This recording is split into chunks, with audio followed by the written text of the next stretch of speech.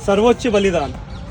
इसका कोट है कि शरीर गिर सकता है पर कर्तव्य अमर रहता है। दोस्तों, कठिन परिश्रम और संघर्षों से लड़कर हमने ये चमक पाई है और हमारी चमड़ी ने पाउडर क्रीम से ज़्यादा धूल खाई है। जैसे कि आप यहाँ पर देख रहे हैं, पहले आम इंसान की जो जर्नी है वो साधारण काया से शुरू होती है। उसका कोट भी यही है कि हर शहीद कभी एक आम इंसान था पर दिल में असाधारण साहस लिए। शहीद, जो इंसान शहीद होता है, कभी ना कभी पहले उसके दिल में कहीं ना कहीं असाधारण साहस होता ही है और वो और आगे चल के उस साहस का परिचय वो हमेशा अपनी ज़िंदगी में देता है। हम दूसरी स्लाइड की तरफ चलते हैं। दूसरा है मातृभूमि की छाया। इसमें लिखा है, देश सेवा की पुकार जिस दिन सुनाई दी, जीवन का मार्ग बदल गया। जिस व्यक्ति के जहन में कुछ करने का जज्बा होता है, हमेशा उसको देश सेवा की पुकार हमेशा सुनाई देती है। वो देश सेवा में आकर जीवन में कुछ ना कुछ अवश्य करना चाहता है। आगे हम चलते हैं तीसरी स्लाइड के ऊपर।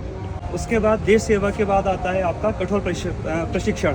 जैसे वो देश सेवा में आता है, उसके बाद उसका नेक्स्ट स्टेप होता है उसको निखारने के लिए कठोर प्रशिक्षण।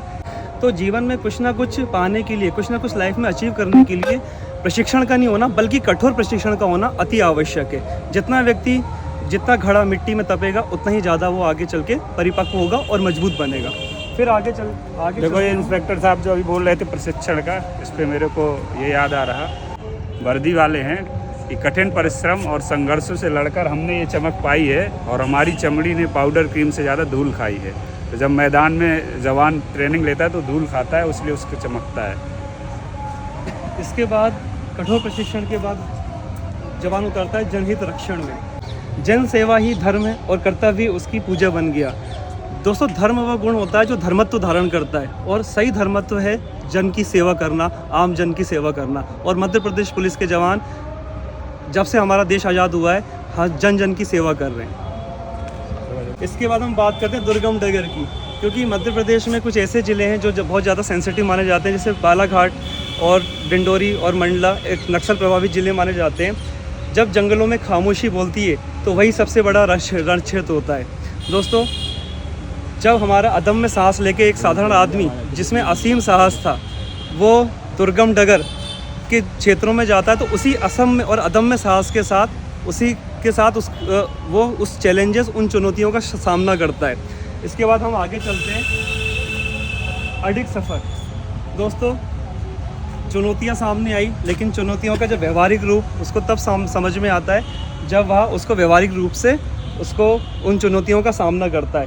गोलियों से पहले हिम्मत चलती है और देशभक्ति हर डर को हराती है। क्या बात है। ये कोट इस अडिग सफ़र को बिल्कुल जीवंत करता है, क्योंकि गोलियां तो सामने से आती है, लेकिन गोलियों का आप जब तक सामना नहीं कर पाओगे जब तक आपके हृदय में वो हिम्मत ना हो। और वो हिम्मत उसको आपके हृदय से, अदम्य साहस उसको ईश्वर की कृपा से ही मिलता है। हम नेक्स्ट आते हैं सर्वोच्च बलिदान। इसका कोट है कि शरीर गिर सकता है पर कर्तव्य अमर रहता है। दोस्तों, कर्तव्य के पथ पर हमने देखा कि अक्सर हमारे जो साथी हैं ये 25-30 सालों में, जैसे 38 हमारे अधिकारी इसमें शहीद हुए, लेकिन सिर्फ उनका शरीर ही गिरा, लेकिन जो उनका कर्तव्य है वो हमेशा के लिए अमर हुआ। और इस पूरे शहीद स्मारक के माध्यम से उनका अमरत्व आप देख सकते हैं, उसको महसूस कर सकते हैं। और आखिर में एक साधारण इंसान की जो कहानी है वो अमर कीर्तिमान पर आकर ख़त्म होती है। शहीद कभी मरते नहीं, वे हर पीढ़ी को साहस की राह दिखाते हैं। ये जो आज शहीद स्मारक है, ये हर पीढ़ी के लिए वही जीवंत उदाहरण है जो उनको आगे चलकर वही साहस एक साधारण काया से लेकर और अमर कीर्तिमान बनने तक का पूरा एक सफ़र तय करने के लिए ज़रूर प्रेरणा देगा। तो ये एक शहीद स्मारक में एक साधारण काया से लेकर अमर कीर्तिमान तक का एक पूरा सफ़र है, और ये हमेशा हमारे स्टूडेंट्स को, हमारे लोगों को, हमारे आने वाली पीढ़ी को हमेशा प्रेरणा देता रहेगा।